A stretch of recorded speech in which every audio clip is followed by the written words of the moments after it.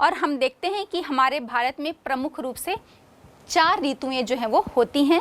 पहला ग्रीष्म ऋतु, दूसरा वर्षा ऋतु, तीसरा शरद ऋतु और चौथा है शीत ऋतु। तो सबसे पहले हम बात करते हैं ग्रीष्म ऋतु की या गर्मी के मौसम की। हमारे भारत में ग्रीष्म ऋतु जो है, गर्मी का मौसम लगभग मार्च महीने से शुरू होता है और मार्च से मई के अंत तक ये चलता है, गर्मी का जो मौसम है। और वो इसलिए कि हमें मालूम है कि जो कर्क रेखा है वो भारत के लगभग बीचों बीच से होकर गुजर रही है ना। और ये 23.5 डिग्री की उत्तरी अक्षांश रेखा, जिसे हम कर्क रेखा कह रहे हैं, यहाँ तक सूर्य की जो यात्रा है वो लंबवत पड़ती है, या हम कहें कि सूर्य की जो लंबवत किरणें हैं वो इसी कर्क रेखा तक पड़ती हैं। और ये तिथियों पर भी हमने पहले चर्चा की है कि 21 जून को सूर्य जो है वो कर्क रेखा पर लंबवत होता है। और इसके पहले हम मार्च में क्या देख रहे थे, मार्च में 21 मार्च और 23 सितंबर, ये जो 2 तिथियां हैं वो ऐसी हैं जब सूर्य की लंबवत किरणें भूमध्य रेखा पर होती हैं। तो इसमें हम 21 मार्च के बाद जब आगे बढ़ते हैं 21 जून तक हम देखेंगे, और 0 डिग्री से 24 डिग्री अक्षांश के बीच में हम इसकी यात्रा जो है वो इन 3 महीनों में पूरी होनी है। तो हम क्या देखते हैं, 21 मार्च को सूर्य जो है भूमध्य रेखा पर है। इसके बाद ये यात्रा शुरू हो जाती है उत्तरी गोलार्ध की तरफ, जिसे हम कहते हैं ये उत्तरायण हो रहा है, उत्तरी गोलार्ध में चमक रहा है। और उत्तरी गोलार्ध में होगा तो लगभग 1 महीने में 21 मार्च से 21 अप्रैल तक ये लगभग 8 डिग्री अक्षांश को पार करेगा। फिर अगले 1 महीने में 21 मई तक ये 16 डिग्री अक्षांश को पार करेगा। और उसके बाद 21 जून की स्थिति में ये कर्क रेखा के आसपास लगभग जो लंबवत है चमकेगा। तो 21 जून हमारे यहाँ जो है वो क्या हो जाता है, सबसे बड़ा दिन होता है, क्योंकि तब जो है सूर्य की किरणें यहाँ पर एकदम लंबवत पड़ रही होती हैं। तो मार्च से मई के बीच हम देख रहे हैं कि सूर्य की स्थिति जो है वो उत्तरी गोलार्ध में है और 21 जून को ये लंबवत पड़ रहा है, लंबवत किरणें सूर्य की पड़ रही हैं। तो हम देख रहे हैं कि तापमान में क्रमशः मार्च के महीने के बाद से वृद्धि की जो गति है वो देखने को मिलती है। अब इसके बाद मई तक ये तापमान में लगातार वृद्धि होती है। फिर 21 जून की जो स्थिति होती है जब सूर्य कर्क रेखा पर लंबवत होगा, उस समय तापमान जो है वो अपनी एकदम चरम सीमा पर होता है। और फिर तापमान की अधिकता के कारण हम देखेंगे कि जो थार का मरुस्थल है, थार के मरुस्थल से लेकर पूरे पूर्व में गंगा का जो मध्य मैदानी भाग है, वहाँ पर कम दाब का क्षेत्र बनने लगता है। कम दाब का इसलिए क्योंकि अभी हमने कहा कि तापमान जो है वो बहुत अधिक होता है।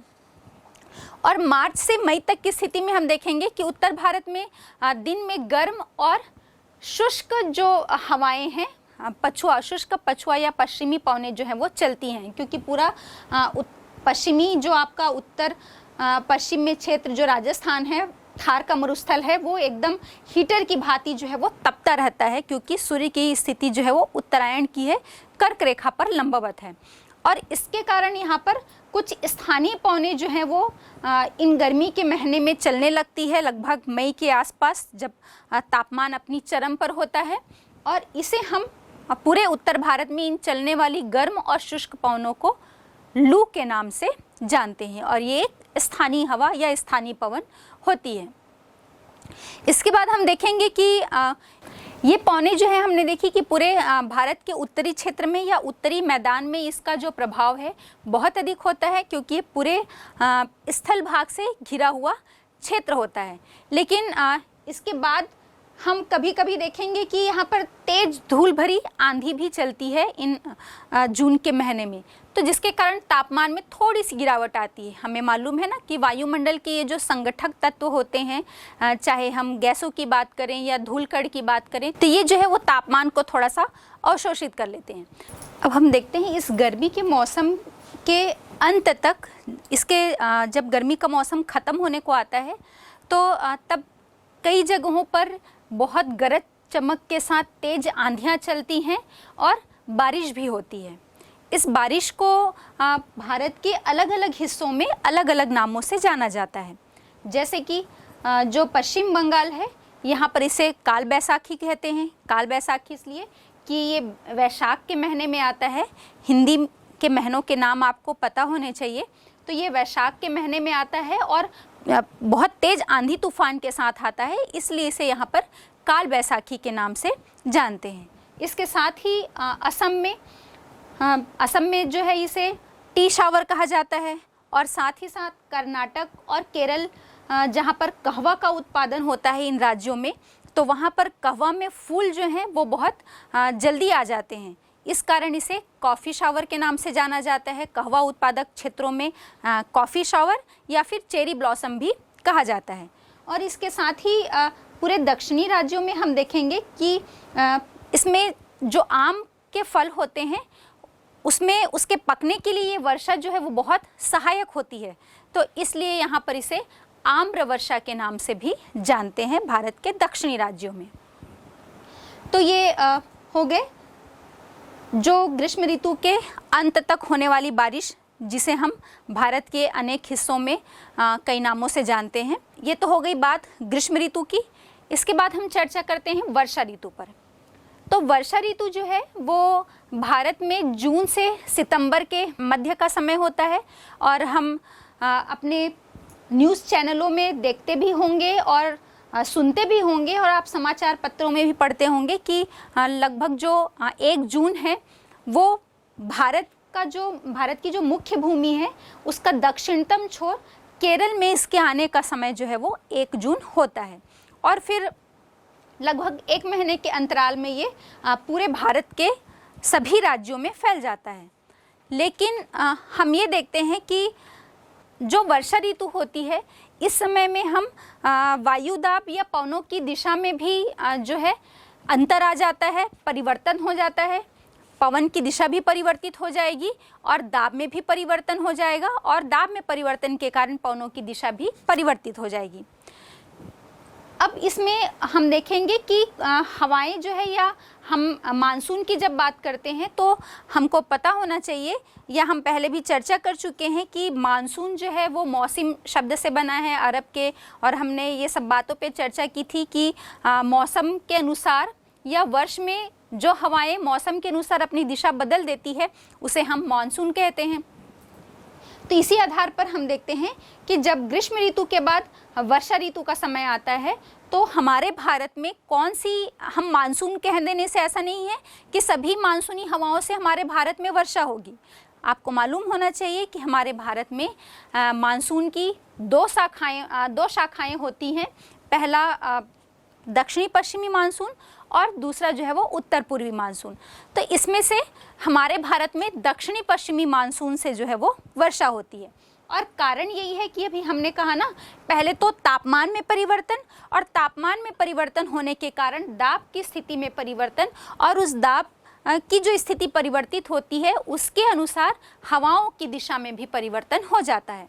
तो पूरे भारत की जो मुख्य भूमि होती है वहाँ पर हम देखते हैं कि ग्रीष्म ऋतु में वो पूरा एक हीटर की भांति तपने लगता है, विशेषकर जो राजस्थान का थार का मरुस्थल है। तो पूरे मेनलैंड में या मुख्य भूमि में तापमान अधिक हो जाता है धरातली क्षेत्र में ग्रीष्म ऋतु में, लेकिन अपेक्षाकृत हम देख रहे हैं कि जो महासागरीय क्षेत्र होता है वहाँ पर तापमान जो है वो अपेक्षाकृत कम होता है। तो जब यहाँ पर तापमान कम है तो प्रेशर जो है वो क्या होगा, हाई होगा, उच्च दाब की स्थिति होगी। लेकिन इसके विपरीत धरातली क्षेत्र में या भारत की मुख्य भूमि में अंदर जो है वो तापमान अधिक और दाब जो है वो कम होगा। तो अब हवाओं की दिशा क्या होगी, high pressure to low pressure.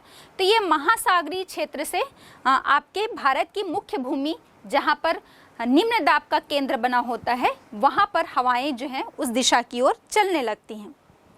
तो चूंकि ये हवाएं जो हैं वो महासागरीय क्षेत्र से आ रही हैं, यहाँ से उत्पन्न हो रही हैं, तो हम क्या देखेंगे कि ये पूरी तरह से वाष्प से भरी होती हैं, नमी से भरी होती हैं, और इसके कारण ये हवाएं, वाष्प भरी हवाएं जब ऊपर उठकर भारत की मुख्य भूमि में जाती हैं तो वहाँ पर ये भरपूर वर्षा जो है वो करती हैं।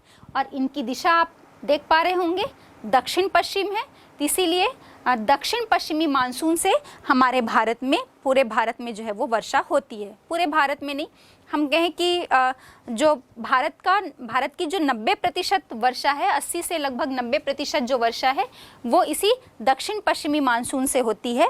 और जिसे हम रिट्रीट मानसून कहते हैं, लौटता हुआ मानसून, या जब मानसून की दिशा, हवाओं की दिशा फिर से परिवर्तित हो जाएगी और ये दक्षिण पश्चिम से जब उत्तर पूर्व की तरफ हो जाएगी, तो इन उत्तर पूर्वी मानसून से जो है वो सिर्फ तमिलनाडु के कोरोमंडल तट पर या तमिलनाडु के जो तटीय क्षेत्र हैं वहाँ पर ही वर्षा जो है वो होती है।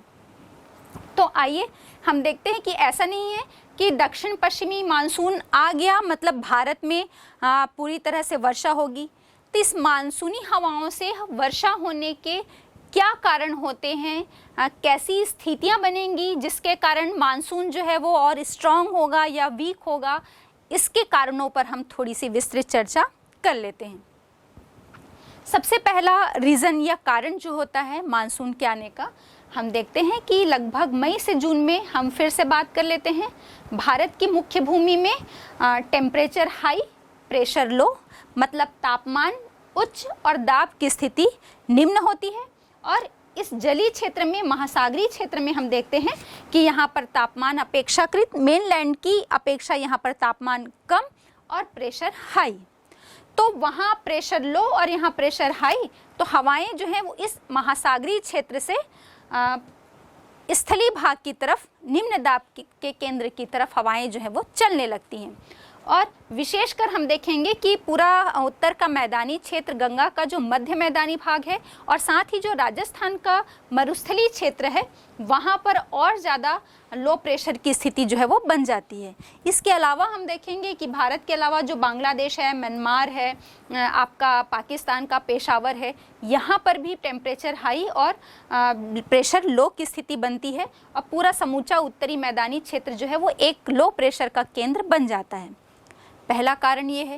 लेकिन इससे ही बात नहीं बनती कि भारत में एक छोटा सा लो प्रेशर का या एक छोटा एरिया जो है वो निम्न दाब का केंद्र बन गया और मानसूनी हवाएं गई और वहाँ पर उन्होंने वर्षा कर दी, इससे बात नहीं बनती। ये जो लो प्रेशर का जो सेंटर केंद्र होता है वो जितना ज़्यादा इंटेंसिव होगा, जितना ज़्यादा गहन होगा, मानसून का स्ट्रांग होना इसी पर डिपेंड करता है। तो अब आगे हम चर्चा करते हैं कि कौन सी और बातें होती हैं जो इस लो प्रेशर के केंद्र को, निम्न दाब के केंद्र को और ज़्यादा गहनता जो है प्रदान करती हैं। तो पहला तो ये हो गया। अब दूसरी चीज़ हम देखते हैं, आप आ जाइए अफ्रीका, और अफ्रीका के पूर्वी, दक्षिण पूर्वी क्षेत्र में एक छोटा आइलैंड है मेडागास्कर। ये जो मेडागास्कर का क्षेत्र है, इसके पूर्वी क्षेत्र में हम देखते हैं कि इसी समय पे हाई प्रेशर का केंद्र जो है वो ये बन जाता है। अब भाई बाकी सब जगह लो प्रेशर, यहाँ पर हाई प्रेशर क्यों बनेगा, या इतना ज़्यादा इंटेंसिव क्यों होगा यहाँ पर मेडागास्कर का हाई प्रेशर है? तो बच्चों, ये बताने से पहले मैं आपको एक चीज़ और बताना चाहूँगी कि आपने इसके पहले भारत का जो प्राकृतिक स्वरूप पढ़ा था और हमने उसमें प्लेट टेक्टोनिक थ्योरी देखी, जिसमें हमने भारत या पूरे विश्व का अलग अलग भूमियों में विभाजन देखा था। तो ये वही क्षेत्र है, या बहुत अच्छे से आप इसको पिक्चराइज कर पाएंगे या समझ पाएंगे। जो आप अफ्रीका का एकदम दक्षिण पूर्वी छोर देख रहे हैं, उसका जो अंदर धंसा हुआ भाग है और मेडागास्कर आइलैंड, ये दोनों को आप देखिए, ये ठीक उसी प्रकार से फिट हो जाएंगे जैसे आपने एक कागज़ के दो टुकड़े कर दिए और उन दो टुकड़ों को जब आप फिर से सेट करते हैं, जो फटा हुआ कागज़ है जैसे एक दूसरे से सेट हो जाएगा, ठीक उसी प्रकार से ये अफ्रीका का जो दक्षिण पूर्वी क्षेत्र है और मेडागास्कर एक दूसरे से आपस में सेट हो जाते हैं। तो चलिए आगे हम चर्चा करते हैं कि यहाँ पर हाई प्रेशर क्यों बनता है। तो सबसे पहला कारण ये होता है कि जो निम्न दाब क्षेत्र है, ITCZ का जो बेल्ट है, इंटर ट्रॉपिकल कन्वर्जेंस जोन, अंतरा उष्ण कटिबंधीय अभिसरण क्षेत्र, ये जो बेल्ट है, ये चूँकि उत्तर में खिसक गया, मतलब लगभग कर्क रेखा के आसपास ये बेल्ट चला गया। तो जब सूर्य की स्थिति जो है वो उत्तरी गोलार्ध में है, तो ये स्वाभाविक है कि दक्षिणी गोलार्ध में जो है ठंड का मौसम होगा और मतलब तापमान जो है वो कम होगा, और तापमान कम है तो हाई प्रेशर की स्थिति बनेगी। इसके साथ ही साथ इस मेडागास्कर के दक्षिण में हम देखते हैं अंटार्कटिका महाद्वीप है, एक ध्रुवीय क्षेत्र है, और वहाँ पर चलने वाली जो ठंडी धाराएं हैं वो इस हाई प्रेशर को, उच्च दाब को और ज़्यादा सघन बना देती हैं। तो जब इस क्षेत्र में उच्च दाब का क्षेत्र बन जाता है तो ये उच्च दाब के क्षेत्र से उठने वाली जो हवाएं हैं ये भारत की ओर जाने वाली जो दक्षिण पश्चिमी मानसूनी हवाएं हैं उनको पीछे से हम कहें कि एक प्रकार से धक्का देती हैं या पुश करती हैं कि तुम और आगे बढ़ो, हम भी तुम्हारे पीछे आ रहे हैं। तो ये और ज़्यादा पुश किया जाता है इन मानसूनी हवाओं को, और ये बहुत स्पीड से आपके उस लो प्रेशर केंद्र की तरफ बढ़ती हैं। इस पे थोड़ा और आगे, ये तो दूसरा रीज़न देख लिया हमने। पहला रीज़न जो देखा था, कारण जो देखा था कि भाई भारत की उत्तरी भूमि में, भूखंड वाली भूमि में जो है वो लो प्रेशर, और महासागरीय जलीय क्षेत्र जो है वहाँ पर हाई प्रेशर की स्थिति बनी थी। तो इसके पहले मैं आपको ये बता दूं कि हाई प्रेशर और लो प्रेशर की स्थिति बनी क्यों थी। हमने देखा तापमान में डिफरेंस, और अभी मैंने एक जो चर्चा की थी, एक टर्म्स मैंने यूज़ किया ITCZ। तो बच्चों इसको पहले मैं आपको थोड़ा सा बता दूं। ये जो ITCZ का बेल्ट होता है या इंटर ट्रॉपिकल कन्वर्जेंस जोन जो होता है, ये ऐसे सामान्य रूप में आपके भूमध्य रेखा के पास स्थित होता है। और भूमध्य रेखा के पास स्थित होता है क्योंकि यहाँ पर वर्ष भर सूर्य की किरणें लंबवत पड़ती हैं, और निम्न दाब का क्षेत्र होता है।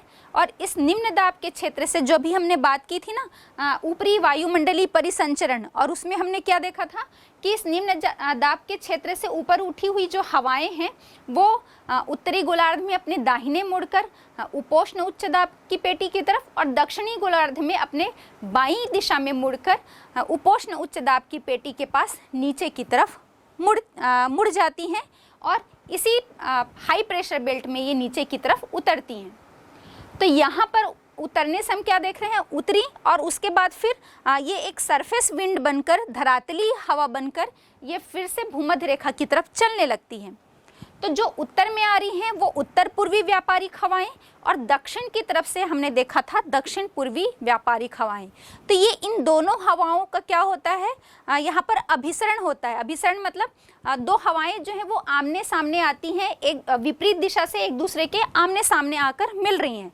तो यही स्थिति होती है उत्तरी गोलार्ध और दक्षिणी गोलार्ध में। ये दोनों ही ओर से व्यापारिक हवाएं एक दूसरे के आमने सामने आती हैं और दोनों में कन्वर्जेंस होता है, इसलिए हम इसे इंटर ट्रॉपिकल कन्वर्जेंस जोन कहते हैं। और ये जोन या बेल्ट जो है वो उन क्षेत्रों में बनेगा जहाँ पर भी लो प्रेशर का केंद्र होगा। यह एक प्रकार से हम कह सकते हैं कि ये बहुत ज़्यादा इंटेंसिव निम्न दाब का केंद्र होता है। लेकिन हमें मालूम है कि सूर्य की स्थिति तो हमेशा इस इक्वेटर पर होती नहीं है, ये दिशा जो है वो बदलती रहती है। मतलब कुछ दिन ये भूमध्य रेखा, उसके बाद कर्क रेखा और मकर रेखा तक इसकी यात्रा होती है। तो आपको ये ध्यान देना होगा कि जब सूर्य की स्थिति कर्क रेखा पर लंबवत होती है तो ये जो निम्न दाब केंद्र होता है ये 21 मार्च से 21 जून के बीच में क्रमशः आगे उत्तर की तरफ बढ़ता हुआ उत्तरी गोलार्ध में कर्क रेखा तक चला जाता है। मतलब जब 21 जून की स्थिति होगी तो नेचुरली है कि ये जो ITCZ का बेल्ट होता है, निम्न दाब का ये जो केंद्र होता है, ये आपके कर्क रेखा पर स्थित हो जाएगा।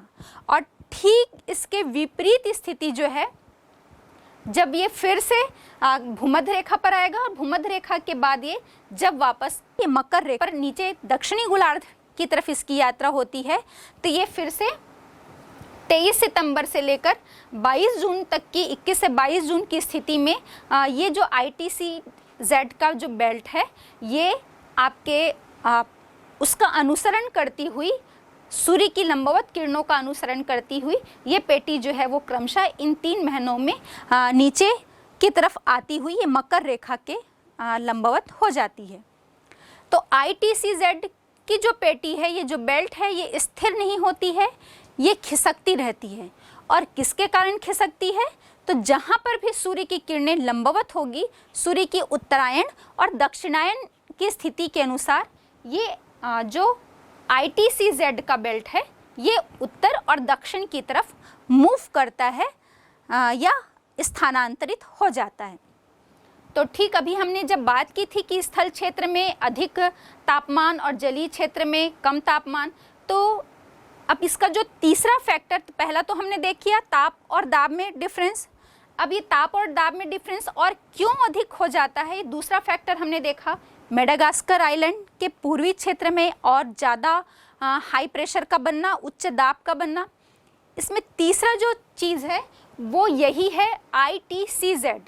हम देख रहे हैं तो ऐसे ही गर्मियों के मौसम में स्थल भाग ज़्यादा गर्म होगा, लेकिन जब सूर्य की जो स्थिति है या ये निम्न दाब केंद्र जो है ये सूर्य की लंबवत किरणों के प्रभाव से हम देख रहे हैं कि कर्क रेखा पर जब स्थित होता है तो यहाँ पर ये जो लो प्रेशर बेल्ट है वो और ज़्यादा सघन हो जाता है, गहन हो जाता है, जिसके कारण इस पूरे उच्च दाब के क्षेत्र में जो हवाएं, चाहे वो मेडागास्कर आइलैंड के ईस्टर्न पार्ट में हो या फिर आपके हिंद महासागरीय क्षेत्र में हो, यहाँ का जो हाई प्रेशर बेल्ट की जो हवा है वो आपके क्रमशः इसी निम्न दाब की केंद्र की तरफ जो है वो और ज़्यादा खींचा चला जाता है। हम देख रहे हैं ना, पहले ये एक ही था, फिर सघन हो गया, अब ये 2 और 3 के राउंड में हमको दिख रहा है निम्न दाब केंद्र, मतलब लगातार ये बढ़ता जा रहा है।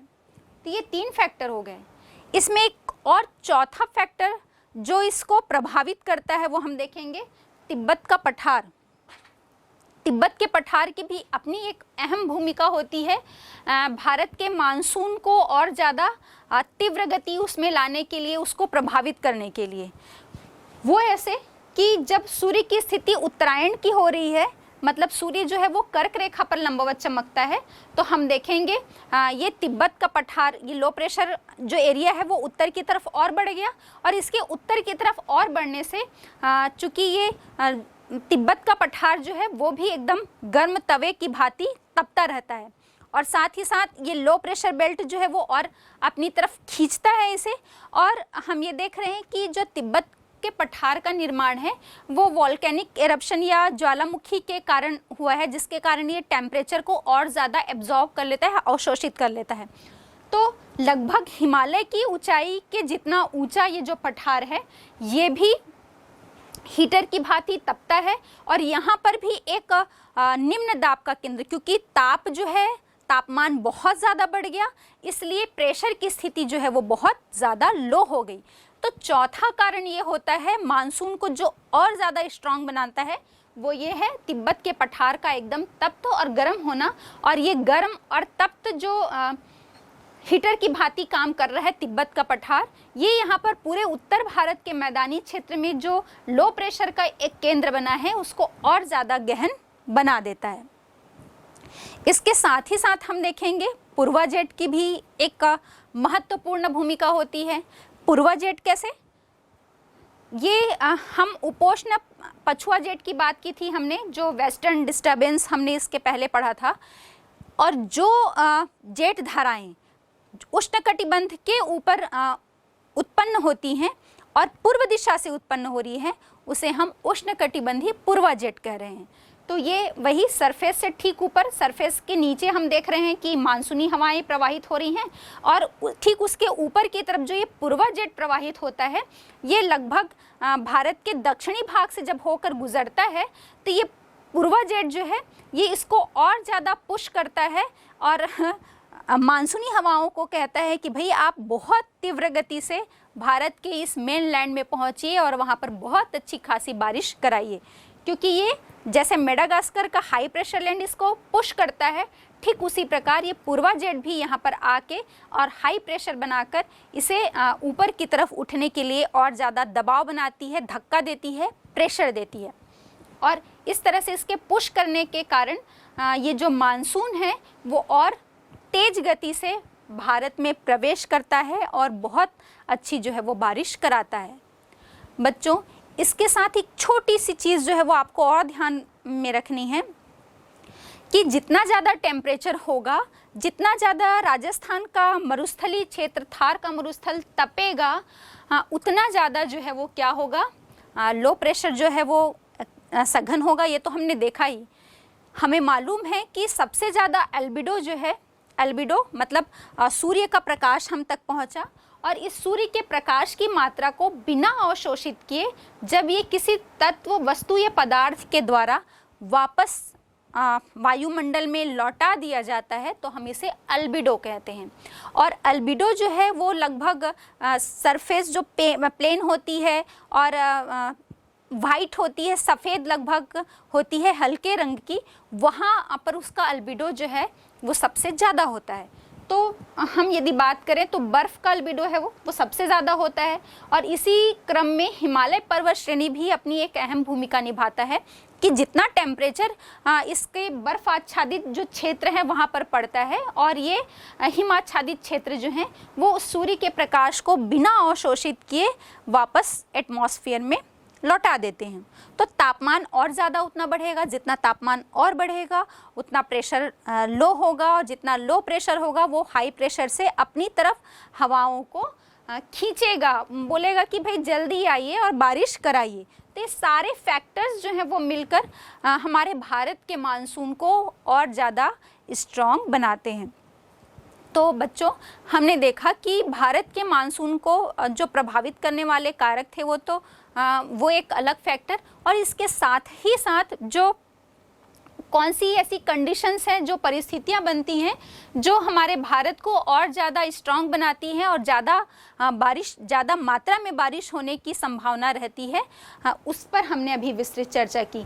तो यदि आपसे प्रश्न आए कि भारत में मानसूनी वर्षा कैसे होती है, तो आपका उत्तर सिर्फ इतना नहीं होना चाहिए कि मेनलैंड में लो प्रेशर और जो आपके महासागरीय क्षेत्र में है वहाँ पर हाई प्रेशर, इतने से ही वर्षा नहीं होगी। अभी हमने जो विस्तृत चर्चा की कि इसके साथ इतने सारे जो फैक्टर्स हैं, इतने सारे जो रीजंस हैं, ये इस लो प्रेशर को जितना ज़्यादा गहन बनाएंगे उतनी ही अधिक मात्रा में मानसून जो है वो अच्छी वर्षा करा पाएगा। तो ये सारे फैक्टर्स मिलकर एक साथ मानसून को स्ट्रॉन्ग बनाते हैं। अब हम देखते हैं कि ये मानसूनी हवाएं जो हैं, दक्षिणी पश्चिमी मानसून की हम बात कर रहे हैं, तो हम दक्षिणी पश्चिमी मानसून की भी दो शाखाएं होती हैं। पहली बात तो ये कि ये मानसूनी हवाएं जो हैं वो पूरे भारत में एक साथ एक ही तिथि को नहीं पहुंचती, ये अलग अलग तिथियों में भारत के अलग अलग हिस्सों में पहुंचती हैं। जिसमें अभी हमने कहा था ना कि 1 जून को केरल में, लगभग 7 जून के आसपास मुंबई में, और हमारे छत्तीसगढ़ में 15 जून के आसपास ये हवाएं जो है वो पहुंचती हैं। लेकिन ये बिल्कुल ये तिथियां जो हैं वो अनिश्चित हैं, मतलब कभी हफ्ते दिन पहले भी पहुंच जाता है, तो कभी 15 से महीने दिन की भी देरी जो है वो मानसून के पहुंचने में हो सकती है। और इन सब के पीछे यही कारण है जो अभी हमने बात की थी, ये सारे फैक्टर्स मिलकर ये मानसून के आने पर जो है वो प्रभाव डालते हैं। तो इसमें हम देखते हैं जिस भी तिथि पर ये मानसूनी हवाएं भारतवर्ष में प्रवेश करें, लेकिन इसकी 2 मुख्य शाखाएं होती हैं, क्योंकि हम देख रहे हैं भारत का जो दक्षिणी हिस्सा है, जो प्रायद्वीपीय संज्ञा जिसे प्रदान करता है, जिसमें हम दक्षिणतम छोर बिल्कुल नुकीला घुसा हुआ है हिंद महासागर में, और इस कारण से हिंद महासागर से जो मानसूनी हवाएं ऊपर की तरफ, उत्तर की तरफ उठती हैं, ये इसी प्रायद्वीपीय स्थिति के कारण जो है वो 2 भागों में बढ़ जाती हैं।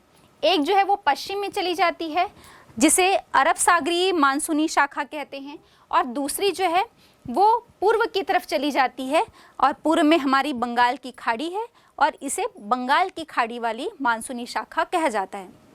तो हम इन दोनों ही शाखाओं पर एक एक करके चर्चा कर लेते हैं। पहला, अरब सागरीय शाखा। मानसून की ये शाखा जो है वो दक्षिण पश्चिम से उत्तर पूर्व की ओर बहती है। हमें तो पता ही है कि भारत में जो भी मानसूनी वर्षा हो रही है वो दक्षिणी पश्चिमी मानसून से लगभग 90% जो है वो होती है। और ये शाखा जो है वो सबसे पहले केरल में प्रवेश करती है, इसके बाद कर्नाटक, फिर महाराष्ट्र, फिर इसके बाद तमिलनाडु और छत्तीसगढ़ में वर्षा कराती है। इसमें भी हमें ध्यान देने योग्य बात ये है कि केरल में जैसे ही ये पश्चिमी घाट की स्थिति है भारत के पश्चिम में, तो सबसे पहले ये पश्चिमी घाट में वर्षा कराती है, भरपूर वर्षा, लेकिन पश्चिमी घाट के पश्चिमी ढाल पर। और जैसे ही ये पूर्वी ढाल की तरफ ये हवाएं जो हैं वो उतरती हैं तो बहुत कम वर्षा, क्योंकि चूँकि जितनी भी आर्द्रता है वो इसके पश्चिमी छोर पर उतार लेती है, इसलिए उसके पूर्वी छोर पर बहुत कम वर्षा जो है वो हो पाती है, और इसीलिए हम उसके पश्चिमी घाट के पूर्वी छोर को वृष्टि छाया प्रदेश के नाम से भी जानते हैं। इसके बाद हम देखते हैं मुंबई में जून से सितंबर तक लगभग 200 सेंटीमीटर की वर्षा हो जाती है, और कारण यही है कि पश्चिमी घाट का पश्चिमी और पूर्वी ढाल वाला मतलब पश्चिम में मुंबई में 200 सेंटीमीटर वर्षा हो रही है, लेकिन जैसे ही ये पुणे में पहुंचती है तो वहां पर लगभग 50 सेंटीमीटर ही वर्षा होती है, क्योंकि मुंबई जो है ये इस पश्चिमी घाट के पश्चिमी छोर पर स्थित है और पश्चिमी घाट के पूर्वी ढाल पर पुणे स्थित है। तो चूँकि जितनी आर्द्रता है वो पूरी तरह से यहाँ पर निकाल चुकी होती है, और जैसे ही ये पूर्वी ढाल पर उतरती है तो संपीड़न के कारण, उतरने के कारण शुष्क हो जाती है और गर्म हो जाती है, जिसके कारण वहाँ पर बची खुची हुई जो नमी होती है उसे ही वो अब उसके उस पूर्वी ढाल पर मतलब निकालती है। इसके बाद हम देखते हैं इसकी एक जो दूसरी शाखा है ये नर्मदा की घाटी से अंदर की तरफ प्रवेश करती है, और यहाँ से प्रवेश करके उत्तर के मैदानी हिस्से में जैसे ही उसको पार करती हुई छोटा नागपुर के पठार के पास ये बंगाल की खाड़ी वाली शाखा से मिल जाती है, तो वहाँ पर ये भरपूर वर्षा करती है। और इसी ब्रांच का या इसी शाखा का एक भाग जो है ये काठियावाड़ और कच्छ की रन की ओर जो है वो राजस्थान के थार मरुस्थल की ओर जो है अंदर की तरफ प्रवेश करता है। और जैसे ही हम देख रहे हैं कि अंदर की तरफ प्रवेश करता है, एक तो पहली बात इस काठियावाड़ तट से या सौराष्ट्र तट से मानसून की जो शाखा अंदर की तरफ प्रवेश की हुई है, जब ये उत्तर हिमालय की तरफ बढ़ती है तो चूँकि अरावली पर्वत श्रेणी जो है वो इसके समानांतर पड़ती है और ये कोई अवरोध जो है वो इस पे नहीं ला पाती, जिसके कारण इसका राजस्थान का जो पश्चिमी क्षेत्र है वो पूरा थार का विशाल मरुस्थल है, और पूर्वी क्षेत्र में जैसे ये आगे बढ़ती है तो वहाँ पर हिमालयीन राज्यों में ये वर्षा करा पाती है। और यहीं पर हमने अभी बात की कि ये बंगाल की खाड़ी वाली शाखा से मिलती है। बंगाल की खाड़ी वाली शाखा से जैसे ही मिलती है तो इसके उत्तर पूर्वी के जो राज्य हैं वहाँ पर वर्षा कराती जाएगी, लेकिन जैसे ही ये राजस्थान का जो पश्चिमी छोर है वहाँ पर आते आते वर्षा की मात्रा जो है वो बहुत ज़्यादा कम हो जाती है। और इसी कारण हम देखते हैं कि राजस्थान का जो पश्चिमी क्षेत्र होता है वहाँ पर लगभग 20 सेंटीमीटर या उससे भी कम वर्षा हो पाती है। और इसी शाखा का जो उत्तरी भाग है या उत्तरी जो हिस्सा है ये गुजरात राजस्थान होते हुए हिमालय क्षेत्र पर पहुंच जाता है, लेकिन यहाँ पहुँचते पहुँचते इसमें आर्द्रता या नमी बहुत कम रह जाती है, तो यहाँ पर वर्षा की मात्रा ये पूरा क्षेत्र जो है वो बहुत कम मात्रा में प्राप्त करता है। अब दक्षिण पश्चिम मानसून की जो दूसरी शाखा है बंगाल की खाड़ी वाली शाखा, इस पर हम चर्चा कर लें तो बंगाल की खाड़ी से जो मानसूनी हवाएं ऊपर की तरफ उठती हैं तो हम देखते हैं कि सबसे पहले जो मेघालय है वहाँ पर स्थित गारो, खासी और जयंतिया पहाड़ियाँ हैं, ये एक कीपनुमा आकृति में यहाँ पर फैली हुई हैं, और ये यहाँ से उठी बंगाल की खाड़ी से जो उठी हवाएं हैं उन पर एक अवरोध का काम करती हैं। और इसी अवरोध के कारण हम देखेंगे कि सिर्फ भारत में ही नहीं विश्व की सर्वाधिक वर्षा जो है वो यही पहाड़ियाँ जो हैं वो प्राप्त करती हैं, या मैं कहूँ कि इस खासी पहाड़ी में स्थित जो मासिनराम नाम का स्थान है वहीं पर सबसे अधिक वर्षा जो है वो होती है। इसके बाद ये शाखा जो है बंगाल की खाड़ी वाली ये शाखा जो है पहले तो म्यांमार तट से टकराती है, म्यांमार तट की ओर बढ़ेगी और म्यांमार में अराकान योमा पर्वत वहाँ पर टकराएगी, वहाँ पर पहाड़ी से टकराकर वहाँ पर भी भरपूर वर्षा होती है, और इसके भी पश्चिमी ढाल पर, इस अराकान योमा पर्वत के पश्चिमी ढाल पर ही जो है वो सर्वाधिक वर्षा करेगी। और दूसरी शाखा जो हमने कहा कि असम की ओर बढ़ती हुई वहाँ पर गारो, खासी, जयंतिया की पहाड़ियाँ में वर्षा करती है। इसके बाद हम देखेंगे कि ये जो हवाएं हैं ये हिमालय और अराकान योमा पर्वत जो है इसकी स्थिति के कारण ये पश्चिम की तरफ, पूर्व से पश्चिम की तरफ ये हवाएं जो हैं वो मुड़ जाती हैं, और यहाँ से इन पर्वत श्रेणियों के स्थिति के कारण जैसे ये पश्चिम की तरफ मुड़ती हैं और पूर्व से पश्चिम की तरफ आगे बढ़ती हैं तो हम देखेंगे कि पश्चिम में स्थित जो स्थान है, कि जो क्षेत्र हैं, शहर हैं, वहाँ पर वर्षा की मात्रा जो है वो क्रमशः कम होती जाती है, क्योंकि सर्वाधिक वर्षा इन क्षेत्रों में हो जाती है। और जैसे जैसे ये हवाएं आगे की तरफ बढ़ती हैं तो उनमें आर्द्रता या वाष्प की कमी होती जाती है और उतनी ही कम वर्षा जो है वो आगे वाले क्षेत्र जो है प्राप्त करते हैं। और इसे आप यहाँ पर जो वर्षा का वितरण दिया हुआ है इस मानचित्र से बहुत अच्छी तरह से समझ सकते हैं कि जैसे जैसे ये आगे बढ़ती है तो हम ले लें गुवाहाटी हो गया या पटना, फिर आगे बढ़ें तो इलाहाबाद, फिर भरतपुर और फिर जैसलमेर। जैसे ही हम पश्चिमी क्षेत्र की तरफ आगे बढ़ रहे हैं तो यहाँ पर होने वाली जो वर्षा की मात्रा है इससे आप बहुत अच्छी तरह से समझ पा रहे होंगे कि वर्षा की मात्रा किस दर से कम होती जाती है। तो ये हो गई मानसून की प्रक्रिया। हमने बहुत अच्छी तरह से समझ लिया कि मानसूनी हवाओं से वर्षा कैसे होती है, इसकी कौन सी शाखाएं होती हैं और ये शाखाएं कहाँ कहाँ पर वर्षा करती हैं। और ये बात हो गई वर्षा ऋतु की, जिसे हम दक्षिण पश्चिमी मानसून के संदर्भ में हमने बात की। इसके बाद हम जो भारत में मौसम कह रहे थे तो पहले हमने देखा था ग्रीष्म ऋतु, इसके बाद हम देखते हैं वर्षा ऋतु। वर्षा ऋतु के बाद अब बात करते हैं शरद ऋतु पर। शरद ऋतु या हम इसे ही मानसून का रिटर्निंग टाइम कह सकते हैं या मानसून के लौटने का या वापसी का समय कह सकते हैं। और वो इसलिए कि हम देख रहे हैं शरद ऋतु के बाद, ग्रीष्मकाल के बाद टेम्परेचर कम होने लगा, क्योंकि सूर्य की स्थिति जो है वो दक्षिणायन की होने लगी। वो मकर रेखा, भूमध्य रेखा और मकर रेखा की तरफ आगे बढ़ने लगा। तापमान कम होने लगा। तापमान कम होने से दाब में भी जो है वो परिवर्तन देखने को मिलेगा। और दाब में इस परिवर्तन का कारण होगा कि इन हवाओं, जिसे हम मानसून हवाएं कह रहे हैं, इस मानसूनी हवाओं की दिशा में भी जो है वो परिवर्तन हो जाएगा। अब हम क्या देखेंगे, पहले हमने देखा था कि सूर्य जो है वो उत्तरायण था, तब पूरे उत्तरी गोलार्ध में, ये हमारे भारत के पूरे स्थलीय भूभाग में हमने देखा कि बहुत ज़्यादा टेम्परेचर था, क्योंकि वहाँ पर सूर्य की किरणें जो है वो लंबवत पड़ रही थी। लेकिन उसकी अपेक्षा जो महासागरीय क्षेत्र थे वहाँ पर तापमान कम था, तो उच्च तापमान, वहाँ पर प्रेशर लो, और जो निम्न तापमान है वहाँ पर उच्च दाब की स्थिति थी। लेकिन अब चूँकि सूर्य की स्थिति दक्षिणायन हो चली है, या हम कहें कि 23 सितंबर के बाद की स्थिति है जब वो मकर रेखा की तरफ आगे बढ़ता है, तो हम ये देखेंगे कि धीरे धीरे जो है वो उत्तरी भारत के पूरे हिस्से या भारत की जो मुख्य भूमि होती है वहाँ पर अब तापमान जो है वो कम होने लगता है। लेकिन इसकी अपेक्षा जो जलीय हिस्से होते हैं वहाँ पर तापमान जो है वो उसकी अपेक्षा थोड़ा अधिक होता है। तो मुख्य भूमि में निम्न तापमान और उच्च दाब की स्थिति, और जितने महासागरीय क्षेत्र हैं या जलीय हिस्से हैं वहाँ पर उच्च तापमान और निम्न दाब की स्थिति बनती है।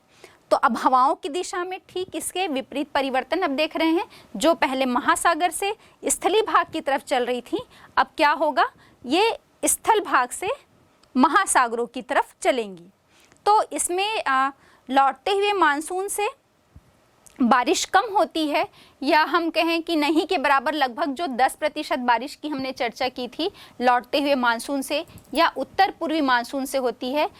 लेकिन जो अधिकतम बारिश है वो दक्षिण पश्चिमी मानसून से हो जाती है, क्योंकि ये हवाएं जो हैं उत्तर पूर्वी मानसून, अब हवाओं की दिशा में परिवर्तन हो गया। अभी आप देख पा रहे होंगे मानचित्र में बहुत अच्छी तरह से कि अब हवाओं की दिशा जो है वो उत्तर पूर्व से दक्षिण पश्चिम की तरफ हो गई। तो चूंकि ये हवाएं जो हैं वो स्थल भाग से आ रही हैं, तो इनमें नमी नहीं होगी, वाष्प या आर्द्रता नहीं होगी, जिसके कारण ये वर्षा नहीं करा पाती।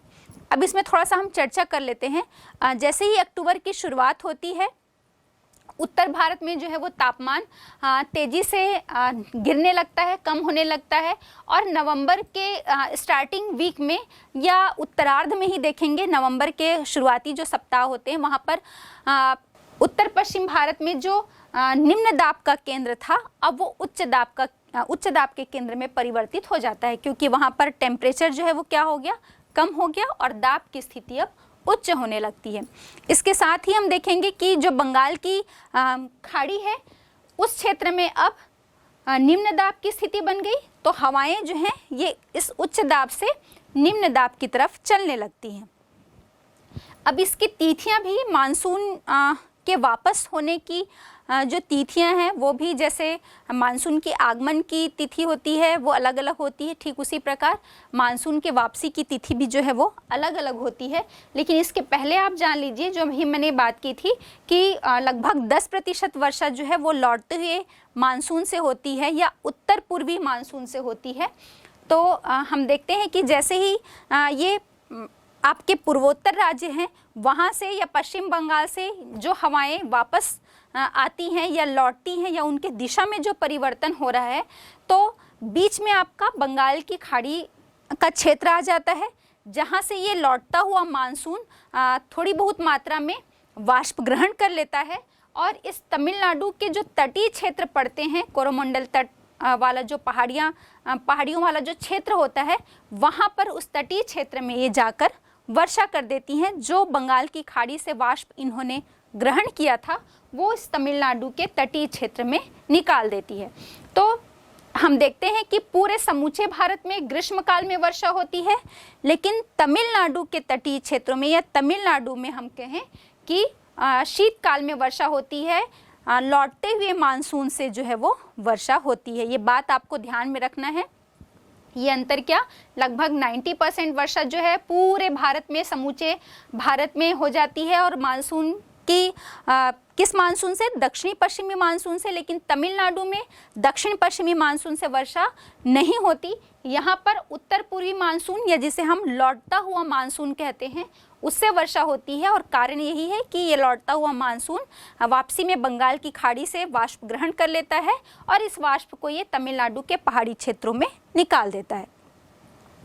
इसके साथ ही साथ हम देखेंगे कि इसमें जो अंडमान और निकोबार द्वीप समूह है, हमारे जो आइलैंड्स हैं, चाहे अंडमान और निकोबार द्वीप समूह की जो हम बात कर रहे हैं, तो यहाँ पर इसके आसपास चक्रवात की भी स्थिति जो है वो उत्पन्न हो जाती है। इसके कारण ये जो है वो और ज़्यादा हवाओं को उधर से खींचते हैं उस उच्च दाब क्षेत्र से निम्न दाब क्षेत्र की ओर। हमें पता है कि जो चक्रवात होते हैं वो एक निम्न दाब के गर्त या निम्न दाब के क्षेत्र होते हैं जो अपने आसपास के हाई प्रेशर वाले जो क्षेत्र हैं वहाँ से हवाओं को इस केंद्र की तरफ आकर्षित करते हैं। तो अंडमान और निकोबार द्वीप समूह में जो ये चक्रवात की स्थिति उत्पन्न होती है, ये धीरे धीरे भारत के तटीय राज्यों की तरफ बढ़ती है, चाहे हम उड़ीसा है, तमिलनाडु है, इन तटीय राज्यों की तरफ बढ़ती है और कई बार ये बहुत विनाशकारी रूप ले लेती है और आगे बढ़ती हुई पश्चिम बंगाल की तरफ भी ये जो शाखाएं हैं ये बढ़ जाती हैं और बहुत ज़्यादा अपना विनाशकारी प्रभाव जो है वो छोड़ती हैं।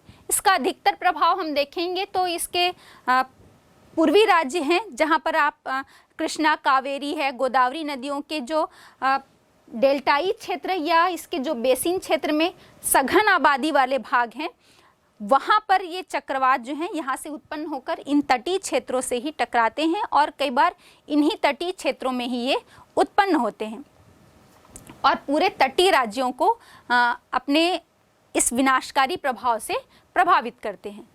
लेकिन अक्टूबर माह में हम देखेंगे कि अक्टूबर के महीने में देश के अधिकांश भागों में लगभग औसत तापमान जो है वो 25 डिग्री सेंटीग्रेड से 26 डिग्री सेंटीग्रेड के आसपास होता है और जो भारत का उत्तरी या उत्तर पश्चिमी क्षेत्र है जहां राजस्थान हो गया, गुजरात है और इसके साथ ही साथ पूर्वी तटीय मैदान की भी जब हम बात करेंगे तो यहाँ पर भी औसत तापमान 27 डिग्री सेल्सियस और कभी कभी इससे अधिक हो जाता है।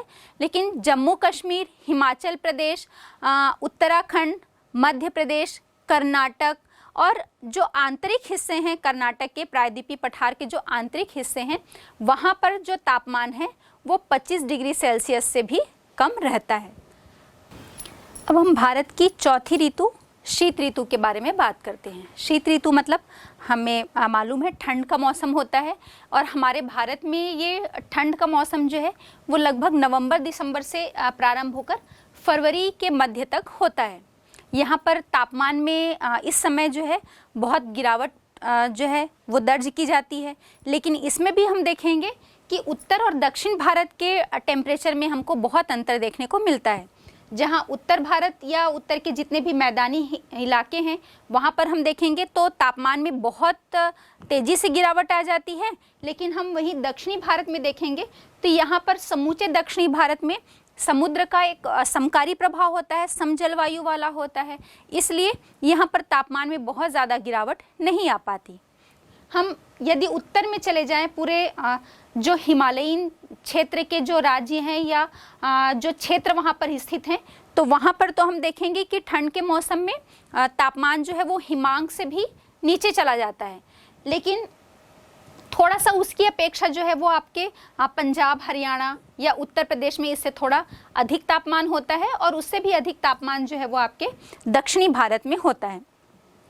तो इसी समय उत्तरी भारत जो है, जो पंजाब, हरियाणा या पश्चिमी उत्तर प्रदेश की हम बात करें तो वहाँ पर रबी की फसल में उस समय गेहूं की फसल ली जाती है।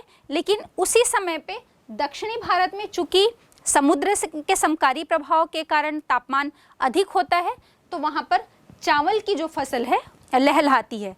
तो गेहूं के लिए हमें मालूम है कि तापमान कम वर्षा की आवश्यकता होती है, लेकिन चावल के लिए हमको टेम्परेचर भी अधिक चाहिए होता है और बारिश की भी अधिक मात्रा चाहिए होती है। इस समय पे हम देखेंगे कि पूरे समूचे उत्तरी भारत में कोहरे की भी जो स्थिति है वो बन जाती है, और लगभग अंडमान निकोबार द्वीप समूह के पास या तमिलनाडु के तटीय क्षेत्रों में इसी समय पे चक्रवात भी उत्पन्न होते हैं, और चक्रवाती वर्षा भी जो है वो इसी समय दर्ज की जाती है। बच्चों, ये हो गई ऋतुओं की बात, और हमने पूरे मानसून के प्रोसेस को देखा, उसको प्रभावित करने वाले कारकों की हमने बात की। आप अक्सर ये सुनते होंगे और समाचार पत्रों में पढ़ते भी होंगे एल नीनो, कि इस वर्ष जो है वो एल नीनो की स्थिति बन रही है, तो भारत का मानसून जो है वो कमज़ोर होगा, या इस समय एल नीनो की स्थिति नहीं है तो भारतीय मानसून के बहुत अच्छा होने के संकेत मिल रहे हैं, कुछ इस प्रकार की बात। तो आइए हम पढ़ लेते हैं कि ये एल नीनो क्या है, एल नीनो क्या है ये समझते हैं, और इस एल नीनो का हमारे भारत की मानसून या हमारे भारत की जलवायु पर क्या प्रभाव पड़ता है, इस पर भी हम बात करेंगे। आप थोड़ा सा इस मानचित्र पर नज़र डालिए। इसमें हम देख रहे हैं दक्षिणी अमेरिका महाद्वीप। दक्षिणी अमेरिका महाद्वीप का जो आपका पश्चिमी तट है वहाँ पर स्थित है पेरू। इस पेरू के तट पर सामान्य स्थिति पे यदि हम बात करें तो यहाँ पर एक ठंडी जलधारा जो है वो बहती है, जिसे हम पेरू या हम्बोल्ट की धारा भी कहते हैं। हम अभी सामान्य स्थिति की बात कर रहे हैं, है ना। तो जब ये ठंडी जलधारा यहाँ पर बहती है, और इसके साथ ही साथ आप विश्व के जितने भी महाद्वीप हैं उनके पश्चिमी छोर पर देखेंगे तो ठंडी जलधारा जो है वो प्रवाहित होती है, और इस ठंडी जलधारा के बहने के कारण जितने भी अधिकतर जो मरुस्थल हैं वो आपके, चाहे हम अटाकामा डेजर्ट की बात करें या जितने भी जिन महाद्वीपों में अधिकतर जो मरुस्थल हैं उनकी यदि हम बात करें तो ये महाद्वीपों के पश्चिमी छोर पर ही स्थित हैं। और कारण यही है कि महाद्वीपों की इस पश्चिमी तटों पर ठंडी जलधारा जो है वो बहती है। ठंडी जलधारा बह रही है तो वहाँ पर कोई वेपरेशन नहीं होगा, कोई वेपरेशन नहीं होगा तो कोई क्लाउड फॉर्मेशन नहीं होगा, और क्लाउड फॉर्मेशन नहीं होगा तो बारिश भी नहीं होगी। अब एक सामान्य स्थिति जिस पर हम चर्चा कर रहे थे, तो देखते हैं कि यहाँ पर जो ठंडी जलधारा बह रही है तो टेम्परेचर कम है, और प्रेशर जो है वो तापमान कम होने के कारण इस तट पर हाई प्रेशर की स्थिति बन रही है। लेकिन इसी को यदि हम इसके ठीक ऑस्ट्रेलिया के पूर्वी तट पर यदि आप नज़र डालें तो हम देखेंगे कि ये जो पेरू या हम्बोल्ट की धारा है वो कहाँ से उत्पन्न हो रही है। बच्चों, इस पर थोड़ा सा आप ध्यान देंगे। यदि हम उत्तरी गोलार्ध में चले जाएं तो उत्तरी गोलार्ध की में सभी, चूँकि स्थल खंडों की अधिकता है इसलिए महाद्वीप जो है वो आपस में बहुत ज़्यादा जुड़े हुए नहीं हैं। लेकिन इसी को यदि आप दक्षिणी गोलार्ध में आ जाइए तो दक्षिणी गोलार्ध में स्थल खंडों के अभाव के कारण, और विशेषकर उसके जो दक्षिणी छोर हैं उस पर हम देखेंगे कि पूरा उसका दक्षिणतम छोर जो है वो महासागरों का जुड़ा हुआ है। तीसरी में हम देखते हैं कि वहीं पर अंटार्कटिका महाद्वीप है, और चूँकि वो पूरा ध्रुवीय क्षेत्र होता है इसीलिए पश्चिमी हवाओं के प्रभाव से या पछुआ हवाओं के प्रभाव से पूरे दक्षिणी गोलार्ध में जो हवाएं जो हैं वो अनवरत रूप से चलती रहती हैं। तो इसीलिए चूंकि ये पूरा क्षेत्र जो है वो एक ठंडा क्षेत्र होता है, शीतोष्ण और शीतकटिबंध का क्षेत्र होता है, इसलिए यहाँ पर जो जलधाराएं हैं वो भी क्या होंगी, जल ठंडा होगा और वहाँ पर जल में जो मूवमेंट होगा, जल में जो गति होगी वो भी ठंडे जल की गति होगी। तो हम देख रहे हैं कि पछुआ हवाओं का ये क्षेत्र होता है, इसलिए पछुआ हवाओं के प्रभाव से जो ठंडी जलधारा है वो निरंतर पश्चिम से पूर्व की तरफ प्रवाहित होती रहती है। तो यही पेरू या हम्बोल्ट की जो जलधारा है ये इसी पछुआ पवनों के प्रभाव से एक उठी हुई शाखा हम इसे कह सकते हैं। अब भूमध्य रेखा के आसपास, मतलब दक्षिणी अमेरिका का जो उत्तरी छोर है भूमध्य रेखा के बहुत पास है, और यहाँ पर हम देख रहे हैं, हमने इसके पहले भी चर्चा की कि ये व्यापारिक हवाओं का क्षेत्र होता है। तो यहाँ पर हम क्या देखते हैं कि दक्षिण पूर्वी जो व्यापारिक हवाएं हैं ये चलती हैं, और इन व्यापारिक हवाओं के प्रभाव से ये पेरू या हम्बोल्ट की जो ठंडी जलधारा है ये पूर्व से पश्चिम की तरफ प्रवाहित होती है। तो ये पूर्व पवनों के प्रभाव से ये पेरू या जो हम्बोल्ट की ठंडी जलधारा है ये पूर्व से पश्चिम की तरफ जो है वो स्थानांतरित हो जाती है, और जैसे ही ये ऑस्ट्रेलिया के पूर्वी तट पर पहुंचती है तो उत्तर पूर्वी तट पर पहुंचती है तो ये देखेंगे चूंकि यहाँ पर का जो तापमान है वो अधिक होता है, उसके कारण ये जलधाराएं भी जो हैं उस तापमान के प्रभाव से गर्म हो जाती हैं। फिर ये गर्म उठी जलधारा, इनमें एक साइकिल चलता है, ये फिर से दक्षिण की तरफ नीचे जाती हैं और वहाँ से ये फिर ठंडी हो जाती हैं, और पछुआ पवनों के प्रभाव से ये फिर से पेरू के तट पर या दक्षिण अमेरिका के पश्चिमी तट पर हम्बोल्ट की ठंडी जलधारा या पेरू की ठंडी जलधारा के नाम से ऊपर प्रवाहित होती रहती हैं। फिर से ऊपर उठी हुई ये जलधारा पश्चिम की तरफ मूव करती है, वहाँ गर्म होती है, गर्म जलधारा जो है वो कुछ भाग, इसका एक भाग जो है वो दक्षिण की तरफ मुड़ जाता है, और चूंकि यहाँ पर का पूरा जल जो है वो हम कह रहे हैं गर्म हो जाने से और जलधारा का स्थानांतरण हो जाने से, और ये जलधारा भी इस जगह के तापमान के प्रभाव से गर्म हो जाने के कारण हम देखेंगे कि यहाँ पर तापमान अधिक, तो वेपोरेशन मतलब वाष्पीकरण होता है अच्छी मात्रा में, और वाष्पीकरण होता है तो ऊपर जाकर ये क्लाउड फॉर्मेशन, बादल बनते हैं, संघनन होता है, और उसके बाद यहाँ पर ऑस्ट्रेलिया के उत्तर पूर्वी तट पर या हम ये कहें कि पूरा इंडोनेशिया आइलैंड जो है यहाँ पर भरपूर मात्रा में वर्षा होती है। लेकिन हम वहीं जो पेरू का तट है या दक्षिणी अमेरिका का जो पश्चिमी तट है वहाँ पर हम देखेंगे ठंडी जलधारा बहने के कारण no evaporation, no cloud formation और ना कंडेंसेशन होता है, और उसके कारण बारिश भी नहीं होती। तो ये दो जो है वो सामान्य परिस्थितियां होती हैं तब की स्थिति होती है। और ये हम देखें कि भाई भारतीय जलवायु पर इसका प्रभाव कैसे होता है, तो अभी मैंने कहा ना कि दक्षिणी गोलार्ध में सभी महासागर जो हैं वो आपस में जुड़े हुए हैं, तो इसी पछुआ हवाओं के प्रभाव से ही ये ठंडी जलधाराएं जो हैं वो आगे की तरफ बढ़ती हैं, और कुछ जो गर्म जलधारा जो है ये ऑस्ट्रेलिया के उत्तर पूर्वी तट पर जिसने तापमान बढ़ाया है ना, लो प्रेशर का सेंटर बना, और यहीं पर जो हम बात कर रहे थे अफ्रीका के मेडागास्कर के तट पर वहाँ पर मस्करनी हाईलैंड है, वहाँ पर भी हाई प्रेशर का जो है वो एरिया बनता है। तो ये दोनों को क्या करती है, जो ठंडी हवाएं जाकर पुश करती हैं नीचे ही नीचे, ऊपर नीचे ही नीचे ये प्रवाहित होती हैं, और ये ठंडी जलधाराएं जो पूरा हाई प्रेशर का जो केंद्र बनता है, उच्च दाब का केंद्र है, उसको और ज़्यादा पुश करती हैं, धक्का देती हैं, जिसके कारण भारतीय मानसून जो है वो स्ट्रॉन्ग हो जाता है। लेकिन जब एल नीनो की स्थिति रहती है, एल नीनो की स्थिति जो है ये घटना हर साल घटित नहीं होती, ये लगभग हर 4 से 5 वर्ष के अंतराल पे ये घटना होती है, और कारण तो बहुत एग्जैक्ट इसका पता नहीं लगाया जा सका है, लेकिन किसी भी कारण से देखते हैं कि जब पेरू के तट पर ठंडी जलधारा जो है वो उसकी जगह गर्म जलधारा बहती है, या फिर किसी भी कारण से उस प्रशांत महासागर के इस तट का जो पूर्वी तट का जो तापमान है वो बढ़ जाता है, जिसके कारण ये पेरू की जो धारा है, ठंडी जलधारा, वो स्थानांतरित हो जाती है, या हम कहें कि दक्षिण पूर्वी विषुवत-रेखीय जो जलधारा होता है उसका स्थानांतरण हो जाता है पेरू की धारा के स्थान पर। तो वहाँ पर ये शिफ्ट हो जाती है विषुवत-रेखीय जलधारा।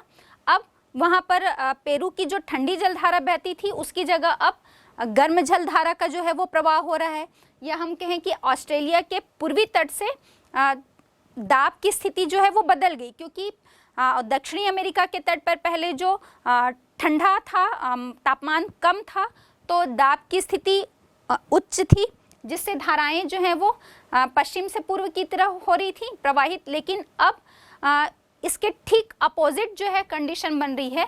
अब वहाँ पर तापमान जो है वो पूर्वी प्रशांत महासागर का जो तापमान है वो किसी भी कारण से बढ़ जाता है, जिसके कारण दक्षिणी अमेरिका के तट पर हम देखते हैं कि तापमान अधिक हो गया, और तापमान अधिक होने से लो प्रेशर की स्थिति जो है वो बन जाती है। और ठीक इसके विपरीत हम देखेंगे कि ऑस्ट्रेलिया का जो उत्तर पूर्वी तट है वहाँ पर उसकी अपेक्षा यहाँ पर जो है वो समुद्र के जल का तापमान थोड़ा सा कम हो जाता है, जिसके कारण यहाँ पर दाब की स्थिति जो है वो उच्च बन जाती है। अब ये जो धाराएं हैं वो शिफ्ट हो जाती हैं, जो पहले पूर्वी प्रशांत महासागर से पश्चिम की तरफ प्रवाहित हो रही थी, या पश्चिमी प्रशांत महासागर से पूर्व की तरफ जो है वो स्थानांतरित हो जाती हैं। अब जो स्थिति उत्तरी ऑस्ट्रेलिया के तट पर थी, यही स्थिति आपके दक्षिणी अमेरिका या पेरू के तट पर हो जाती है। यहाँ पर तापमान अधिक हो जाता है, और तापमान अधिक होने से महासागरीय क्षेत्र है, वाष्पीकरण होता है। वाष्पीकरण होने के बाद ये वाष्प जो है वो ऊपर जाते हैं, बादल बनाते हैं, संघनन होता है, और पेरू के तट पर जो है वो बहुत ज़्यादा बारिश होती है।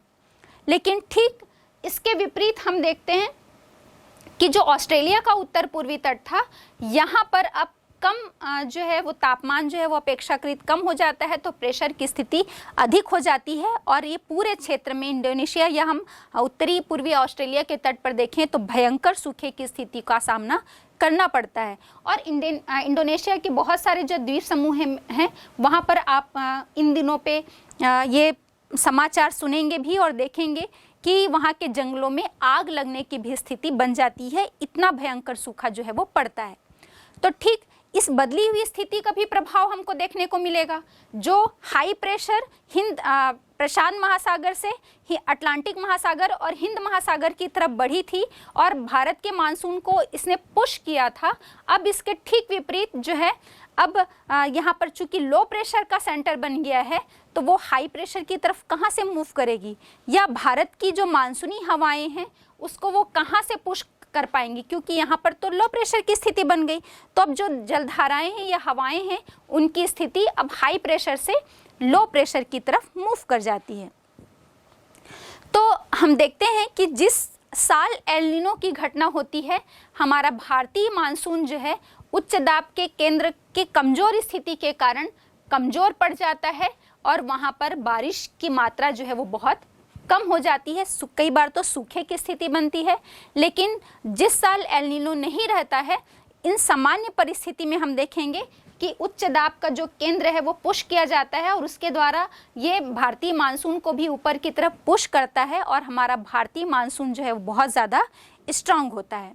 चूँकि ये एल नीनो की घटना जो है वो 25 दिसंबर के आसपास घटित होती है, और एल नीनो का जो अर्थ होता है वो स्पेनिश में छोटा शिशु होता है, और इसी समय प्रभु यीशु का भी जन्म होता है।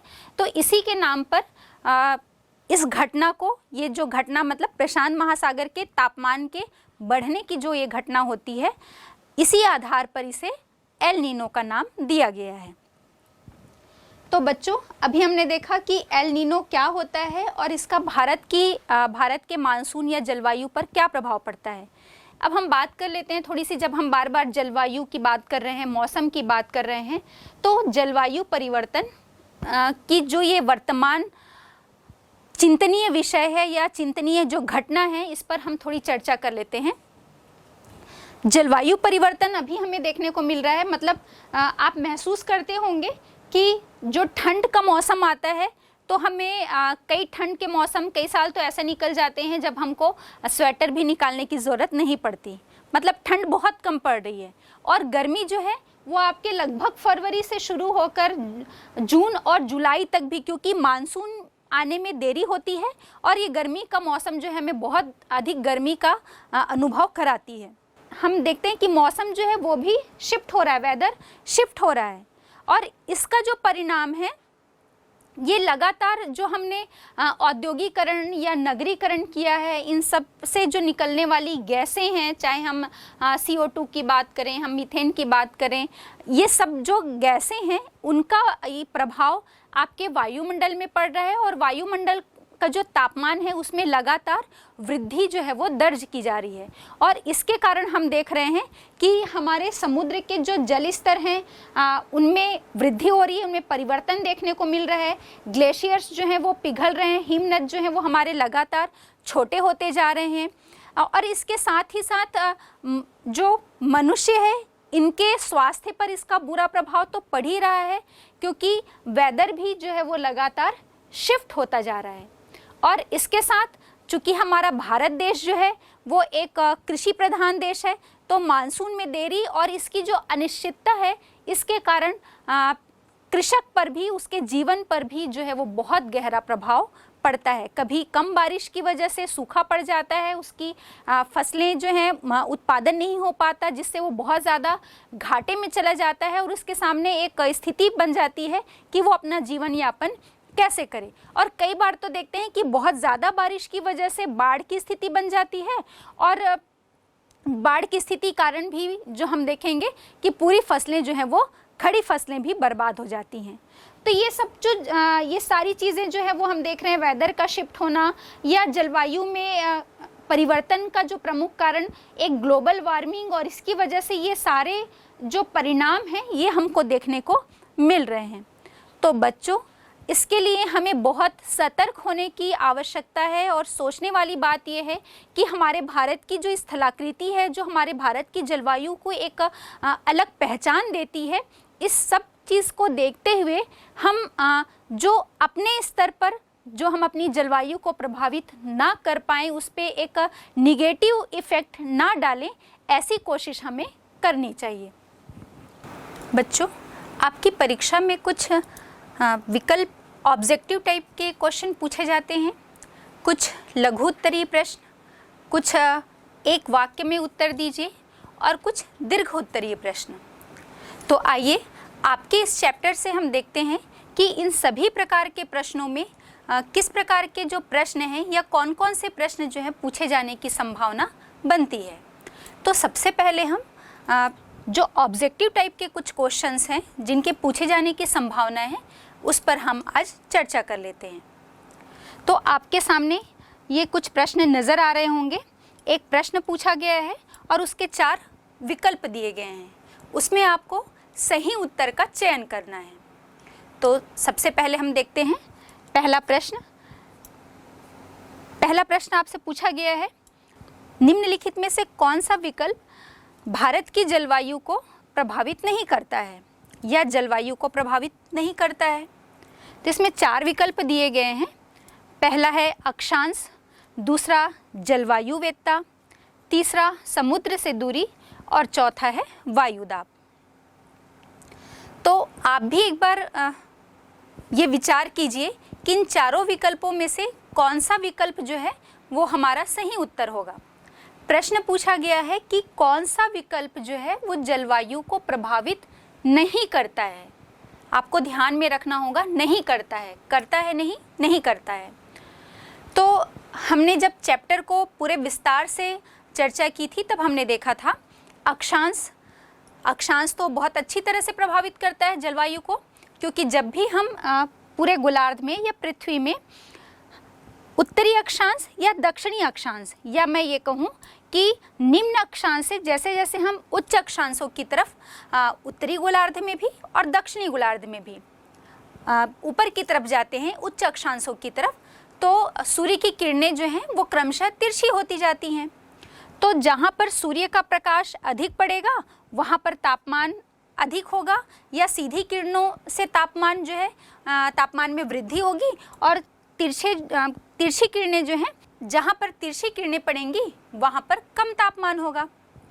तो नेचुरली है कि अक्षांश जो है वो जलवायु को प्रभावित करता है, और हम पिछली कक्षाओं में भी चर्चा कर चुके हैं कि इन अक्षांशों के आधार पर ही पृथ्वी को जो है वो अलग अलग जलवायु कटिबंधों में बांटा गया है।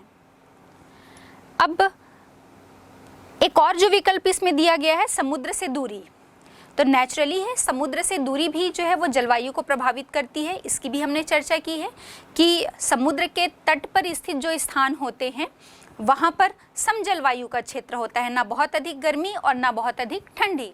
लेकिन जहाँ पर महाद्वीपीय जलवायु होती है, मतलब कि जैसे जैसे हम समुद्र से दूर जाते जाएंगे तो वहाँ पर महाद्वीपीय जलवायु का प्रभाव होता है, क्योंकि समुद्र या जो जलीय हिस्से होते हैं वो देर से गर्म होते हैं और देर से ठंडे होते हैं, इसलिए वहाँ पर सम जलवायु होती है।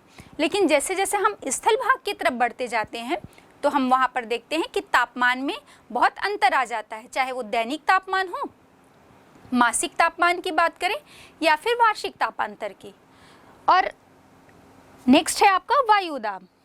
तो वायुदाब तो पवन संचार के लिए एक हम कह सकते हैं अनिवार्य जो है घटक है। मतलब वायुदाब में जो भिन्नता होती है वो पवन के संचार के लिए, पवन के चलने के लिए उत्तरदायी होती है। हवाएं जो हैं वो हमेशा उच्च दाब से निम्न दाब की ओर चलती हैं, ये भी हम पढ़ चुके हैं। तो वायुदाब भी एक जलवायु को प्रभावित करने वाला महत्वपूर्ण घटक है। अब एक जो है आपका यहाँ पर जो प्रभावित नहीं करता है, जलवायु को जो प्रभावित नहीं करता, उसमें से आपका एक ही फैक्टर बचता है जो दिया है जलवायु वेत्ता। भाई जलवायु वेत्ता कैसे जलवायु को प्रभावित करेगा? वो तो किसी भी स्थान पे मिलने वाली जो जलवायु है या उस जलवायु को प्रभावित करने वाले कौन कौन से घटक हो सकते हैं, इन सब का वो अध्ययन करता है, ना कि जलवायु को प्रभावित करता है। तो आपका सही विकल्प क्या होगा? जलवायु वेत्ता। अब नेक्स्ट क्वेश्चन है, छत्तीसगढ़ में किस माह में सर्वाधिक तापमान दर्ज किया जाता है? तो इसमें ऑप्शन दिए हुए हैं आपके सामने, जनवरी, मार्च, मई और नवंबर। प्रश्न पर आपको ध्यान देना होगा, छत्तीसगढ़ में सर्वाधिक तापमान, सर्वाधिक सबसे अधिक तापमान किस महीने में दर्ज किया जाता है? तो इस पर भी आप स्वयं ही विचार कीजिए, आपको सबसे अधिक गर्मी किस महीने में लगती है ना? तो इसका सही उत्तर क्या होगा? मई।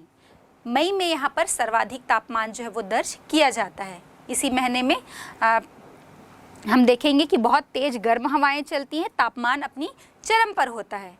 और जो अन्य ऑप्शन है देखते हैं हम, जैसे जनवरी है और नवंबर है, तो जनवरी और नवंबर तो जो है वो हमारे यहाँ लगभग ठंड का मौसम होता है। जनवरी में बहुत अधिक तापमान नीचे चला जाता है, दिसंबर और जनवरी माह में, और नवंबर जो है वो हम कह सकते हैं कि ठंड की शुरुआत, हल्की ठंड लगनी हमको शुरू हो जाती है।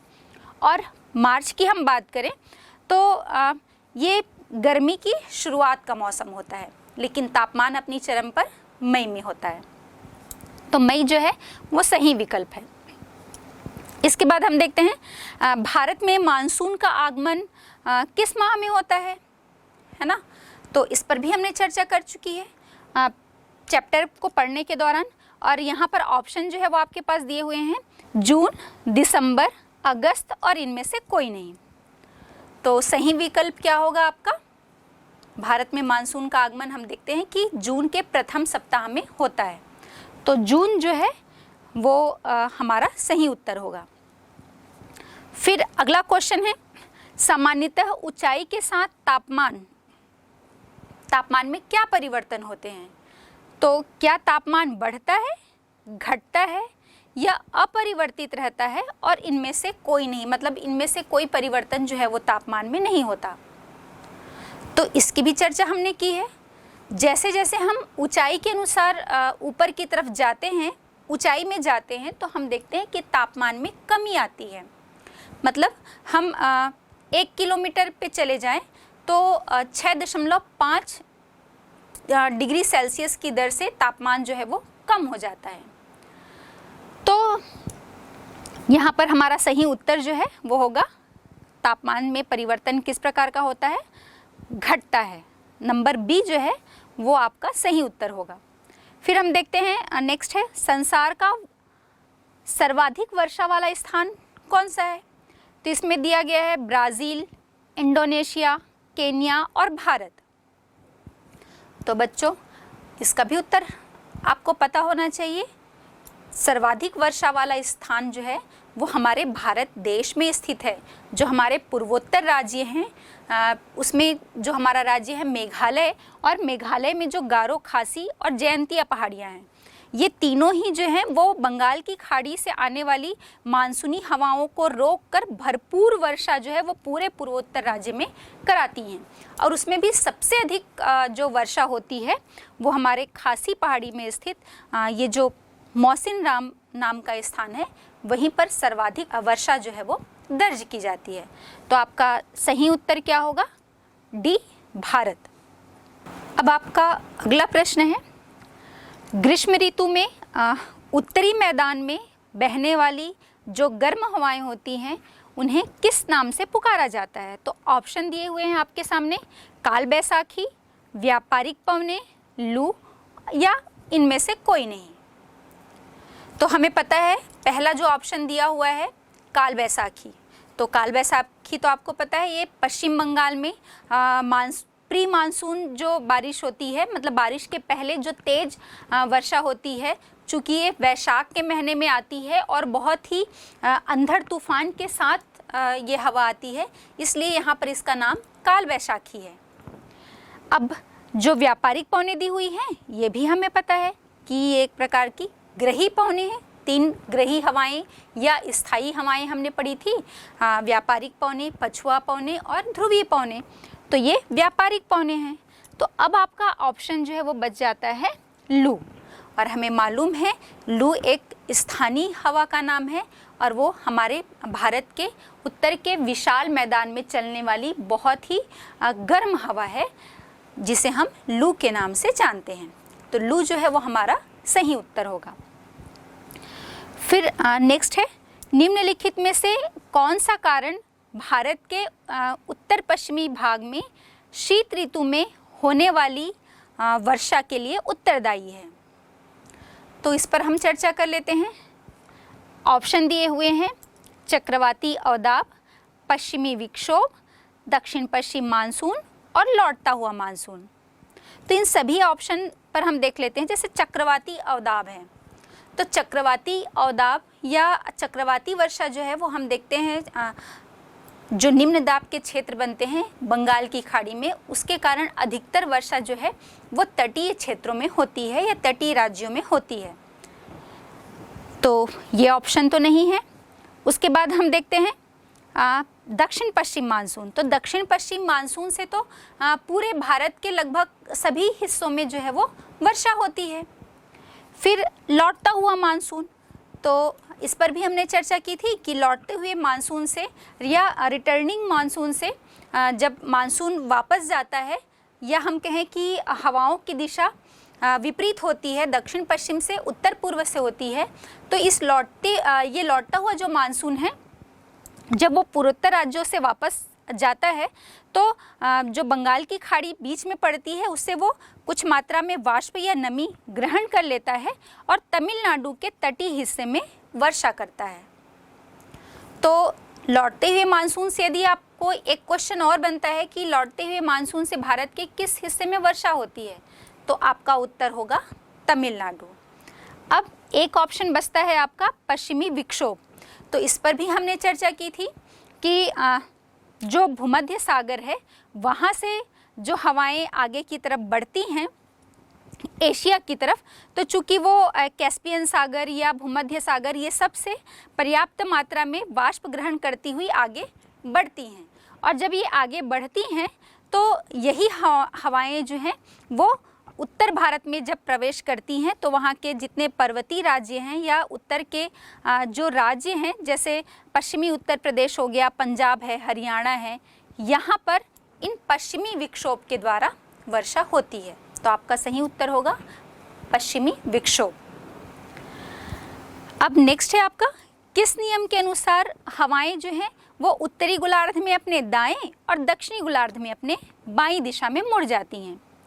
तो ऑप्शन दिए हुए हैं आपके सामने, फेरल का नियम, कोरियालिस बल, इनमें से कोई नहीं या ये दोनों।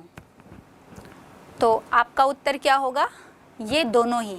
हमने इस पर चर्चा की थी कि कोरियालिस बल के द्वारा जो है वो हवाएं विक्षेपित हो जाती हैं और उत्तरी गोलार्ध में ये अपने दाएं और दक्षिणी गोलार्ध में अपने बाएं मुड़ जाती हैं, और ऐसा होता है पृथ्वी की घूर्णन गति के कारण।